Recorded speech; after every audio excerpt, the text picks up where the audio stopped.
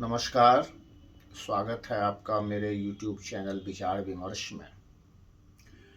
विचार विमर्श इसलिए नाम दिया गया है इसका कि हम लोग विभिन्न मुद्दों पर राष्ट्रीय, अंतर्राष्ट्रीय, सामाजिक मुद्दे, शिक्षा, संस्कृति, इतिहास पर कुछ ज्वलंत जो हैं विवाद, मतभेद जो आजकल चर्चा में है खास करके, उन सब पर विचार विमर्श करेंगे।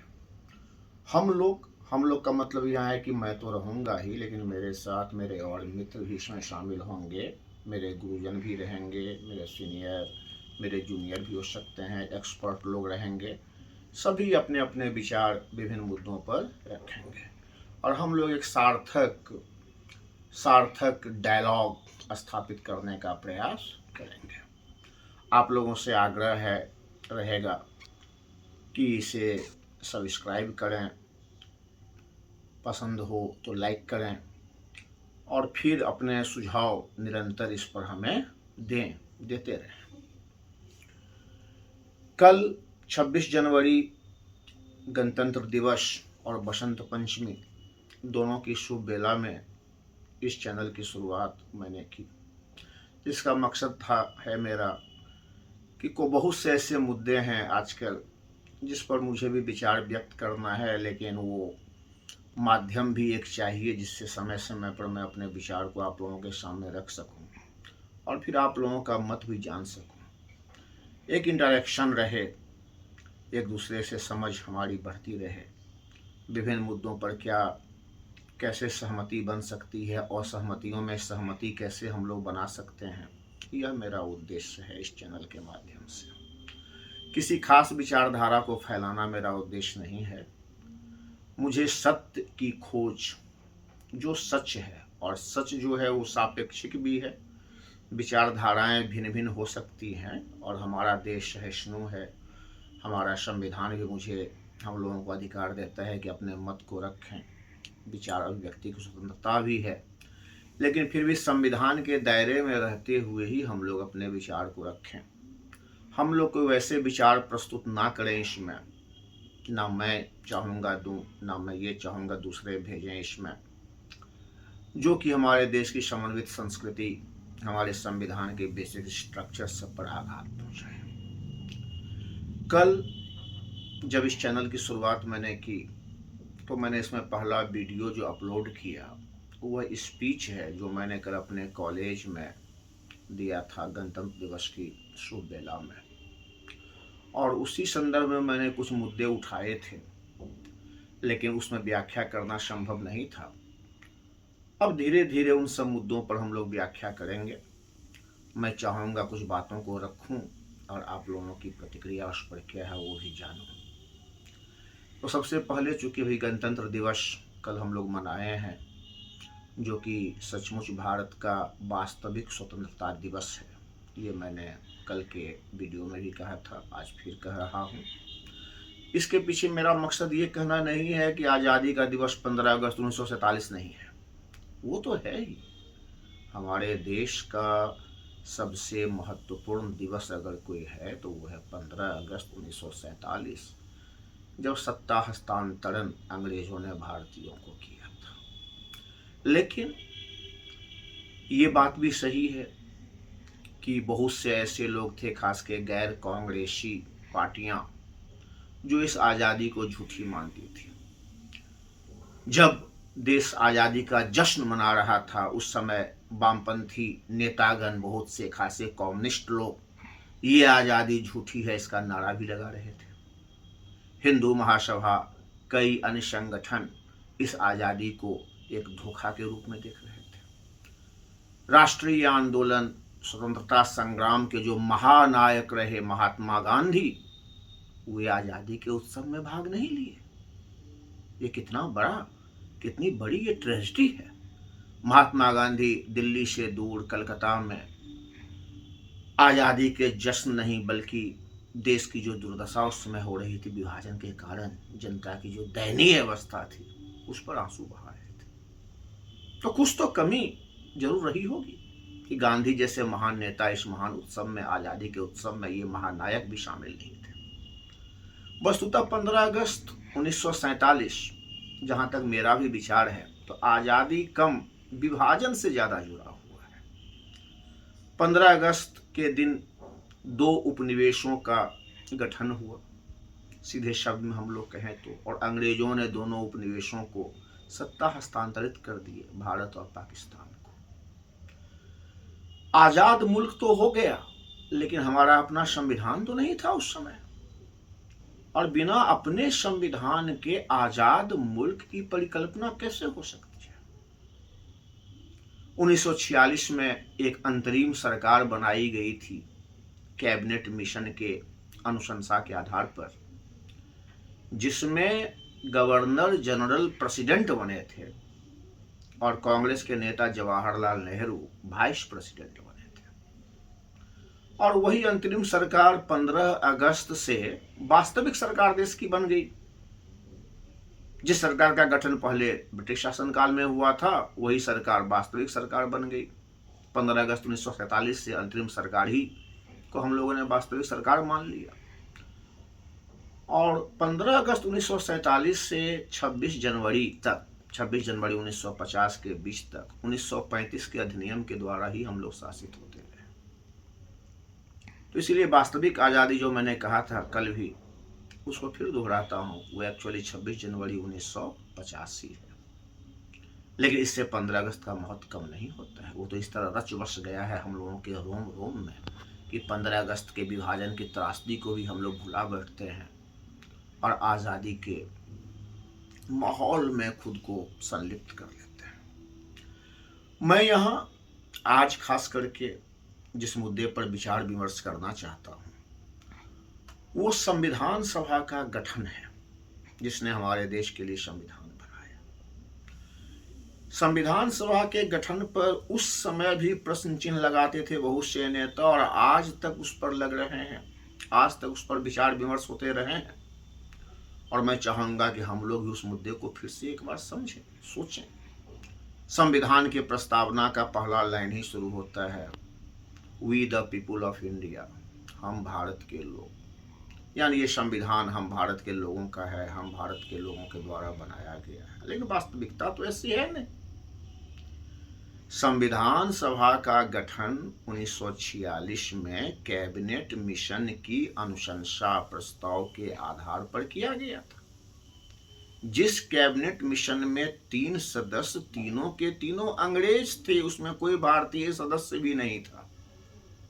और यहाँ पर याद हम लोग को करना होगा निश्चित रूप से, भले कितने भी कड़वी बातें क्यों ना हो, कि जब साइमन कमीशन का गठन हुआ था 1928 में, 27 में घोषणा की गई थी, 27 में, और 28 में वो भारत आया था, तो साइमन कमीशन का विरोध कांग्रेस और मुस्लिम लीग दोनों ने किया था इस आधार पर कि उसमें कोई भारतीय सदस्य नहीं थे। लेकिन 1946 में जो कैबिनेट मिशन आया है, जिसे इस उद्देश्य से भेजा गया था कि सत्ता हस्तांतरण की प्रक्रिया वो बतावे, उस संदर्भ में सुझाव दे, उसमें भी कोई भारतीय सदस्य नहीं थे। लेकिन यहाँ पर ना तो कांग्रेस ने, ना मुस्लिम लीग ने, किसी ने उसका विरोध नहीं किया। तो ये अपने आप में एक विचार विमर्श का मुद्दा हो जाता है कि इस तरह की नीति क्यों। अगर साइमन आयोग का विरोध इस आधार पर सिर्फ किया गया कि उसमें कोई भारतीयों को नहीं लिया गया, तो वो बातें तो कैबिनेट मिशन के साथ भी है, यहाँ भी तो कोई भारतीय शामिल नहीं थे। और उसी कैबिनेट मिशन ने चुनाव करवाने की सलाह दी थी संविधान सभा के लिए, और वो चुनाव इस प्रकार का चुनाव हुआ था जिसमें सार्वभौमिक वयस्क मताधिकार का प्रयोग नहीं हुआ था। जिस संविधान सभा का गठन हम लोगों ने किया, क्या वो सार्वभौमिक वयस्क मताधिकार के आधार पर था निर्वाचित? नहीं। अंग्रेजी औपनिवेशिक शासनकाल में बहुत सीमित मताधिकार थे, बहुत कम लोगों को मत देने का अधिकार था। और 1945-46 में जो चुनाव हुए थे विधानसभाओं के, उसमें मुश्किल से 15% मताधिकार रहे होंगे। उस समय के मत देने वाले जो होंगे हार्डली 15% रहे होंगे। तो सीमित मताधिकार के आधार पर 1946 में प्रांतीय विधानसभाओं का चुनाव हुआ था और वही विधायक प्रांतीय विधानसभाओं के विधायकों ने अप्रत्यक्ष रूप से संविधान सभा के सदस्यों का निर्वाचन किया था। तो हम भारत के लोग, जो हमारा संविधान है, इसे हम भारत के लोगों ने स्वतंत्र रूप से सार्वभौमिक वयस्क मताधिकार के आधार पर चुना ही कहा। वो तो एक तरह से अंग्रेजी राज की देन थी संविधान सभा। 1946 के चुनाव जो हुए थे भारत में, उसमें 11 प्रांतों में से 8 प्रांतों में कांग्रेस की सरकार थी, 2 प्रांतों में मुस्लिम लीग की सरकार थी और 1 प्रांत पंजाब में मिली जुली सरकार थी। हालांकि मुस्लिम लीग वहां भी सबसे बड़ी पार्टी थी, लेकिन वो सरकार में शामिल नहीं थी। और इस प्रकार जो संविधान सभा का गठन हुआ, स्वाभाविक रूप से वो उसमें कांग्रेस के सदस्यों का बहुमत था। अगर आज़ादी के पश्चात 15 अगस्त के पश्चात सार्वभौमिक वयस्क मताधिकार के आधार पर संविधान सभा का गठन किया जाता चुनाव के द्वारा, तो शायद अवस्था कुछ अलग भी हो सकती थी। और फिर यह भी ध्यान रखना है कि संविधान सभा का जो गठन किया गया था वो मुस्लिम लीग और कांग्रेस दोनों के संयुक्त रहने की अवस्था में, दोनों संयुक्त रहेंगे, लेकिन मुस्लिम लीग तो संविधान सभा में भाग ली ही नहीं। 1946 में संविधान सभा की बैठक जब आरंभ हुई, उस समय देश के विभाजन का कोई मुद्दा नहीं था। 9 दिसंबर 1946 को संविधान सभा की पहली बैठक हुई थी और उस दिन, उस समय तक तो देश विभाजन किया कोई प्रस्ताव नहीं था, लेकिन मुस्लिम लीग उसमें शामिल नहीं हुई। एक तरह से तो यहीं पर उसका महत्व खत्म हो जाता है, बिकॉज जिस उद्देश्य से उसको किया गया था, संविधान सभा का चुनाव हुआ था, तो उसमें एक बड़े दूसरे दल जो था, कांग्रेस के बाद दूसरा बड़ा दल मुस्लिम लीग, वही शामिल नहीं हुआ।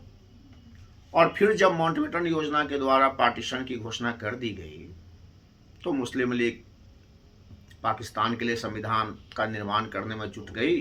तो शेष कौन बच गए? इधर कांग्रेस के सदस्य मुख्यतः रहे, 2, 4, 5, 10 इधर उधर के सदस्य थे।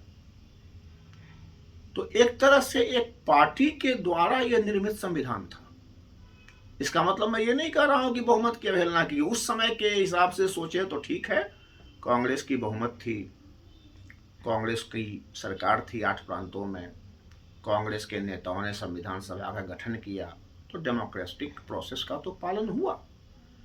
लेकिन अगर संविधान सभा के लिए अलग से चुनाव होता, जो मेरे ख्याल से होना चाहिए था आज़ादी के बाद फिर से, तो उस परिस्थिति में कुछ महत्वपूर्ण परिवर्तन अवश्य हो सकते थे और तब ये लगता कि सचमुच संविधान सभा एक स्वतंत्र निकाय के रूप में गठित हुई है, ना कि वो पहले के चुनाव से अटैच है, टैग्ड है। इसके बावजूद भी संविधान का जब निर्माण हो गया, संविधान सभा में जब डिबेट चल रहे थे, तो अगर हम लोग गौर से उन डिबेट सबको पढ़ें, देखें, समझें, तो बहुमत ने तो समर्थन किया, नो डाउट। लेकिन बहुत से कांग्रेसी नेता भी थे उसमें जो इस संविधान की आलोचना कर रहे थे और उनका आधार मुख्य यही था कि यह अंग्रेजों के द्वारा गठित संविधान सभा है अपने आप में। लेकिन आज़ादी का उत्साह, संविधान का निर्माण, ये सब कुछ ऐसी बातें थी जिसकी प्रतीक्षा हम लोग सदियों से कर रहे थे और जब ये मिल गया तो ये सब बातें धीरे धीरे गौण हो गई और आज हम लोग उस संविधान को पूरी तरह अंगीकृत किए हुए हैं और संविधान हमारे देश में सर्वोच्च है, ये तो है। लेकिन यहाँ भी ध्यान रखना है कि ये हमारे संविधान की खास विशेषता है कि संविधान ही हमें अधिकार देती है किसी भी प्रावधान की आलोचना करने की, समालोचना करने की, उसके पक्ष में बोलने की, विपक्ष में बोलने की। इसलिए हमारा संविधान बहुत महत्वपूर्ण है और इसीलिए हमारे संविधान पर बार बार क्वेश्चन भी उठते हैं। यहाँ तक कि शुरुआत में भी ये बातें आती थी आज़ादी के बाद भी, और अभी भी चर्चा का विषय रहता है कि क्यों ना संविधान सभा का फिर से गठन करके एक नया संविधान बनाया जाए। कुछ लोग समझते हैं कि ये मांग आरएसएस की रही या ये मांग भाजपा की है। ऐसी बात नहीं है। इतिहास का गहराई से अगर आप अध्ययन करेंगे तो आप पाएंगे कि संविधान सभा के डिबेट जब हो रहे थे तो उसी में कुछ सदस्यों ने इस बात पर बार बार जोर दिया है कि ये संविधान चल नहीं पाएगी। और आज़ादी के बाद जयप्रकाश नारायण वो पहले प्रमुख नेता हैं जिन्होंने संविधान को फिर से बनाने की मांग की थी। इसके लिए आपको देखना होगा, अतीत को झांकना होगा, गहराई से अध्ययन करना होगा कि जयप्रकाश नारायण सबसे पहले संविधान को बदलने की बात किए थे। लेकिन हमारे संविधान में एक खास ध्यान जो डॉक्टर बाबा साहब भीमराव अंबेडकर और अन्य लोगों ने दिया वो ये था कि इसे इस तरह से बनाया गया था कि बदलते परिस्थितियों के अनुसार इसको ढाला जा सके, जिस कारण संविधान में संशोधन की प्रक्रिया को बहुत से मामलों में सरल बना दिया गया। और इसीलिए जब जहाँ कोई प्रॉब्लम आते थे संविधान में संशोधन करके उन समस्याओं का निदान कर दिया जाने लगा शुरुआत से ही, जिसके वजह से फिर नए संविधान बनाने, नए संविधान सभा के गठन करने की बात नहीं रही। बल्कि इतने संशोधन हमारे संविधान में अब हो चुके हैं परिस्थिति के अनुसार देखते हुए कि उन संशोधनों को हम मिला दें तो वो अपने आप में एक नया संविधान ही बन जाते हैं। तो ये आवश्यकता तो नहीं है कि फिर से संविधान सभा का गठन हो, फिर से संविधान बनाई जाए। लेकिन यह तो विचार का मुद्दा है ही कि हम लोगों ने इतने हड़बड़ी में औपनिवेशिक शासन की देन संविधान सभा, उसके द्वारा संविधान बनाए जाने की प्रक्रिया को क्यों सहर्ष स्वीकार कर लिया? क्यों हम लोगों ने 15 अगस्त 1947 के बाद फिर से संविधान सभा का गठन करके, क्योंकि पुरानी संविधान सभा तो अपने प्रक्रिया के अनुसार चल ही नहीं रही थी, उसका गठन तो तब हुआ था जब देश विभाजन की बात नहीं थी, तो इसीलिए उसका महत्व नहीं होना चाहिए था। उसके बदले एक नए संविधान सभा का गठन करके संविधान बनाना चाहिए था। इस पर विचार विमर्श हो सकता है, ये विचार का एक मुद्दा है। इसका मतलब ये नहीं कि जो संविधान हमारा है उसमें कोई कमी है, और कमी है भी तो उस कमी को हम लोग निरंतर सुधारते जा रहे हैं। लेकिन ये प्रश्न हमेशा एक रहेगा।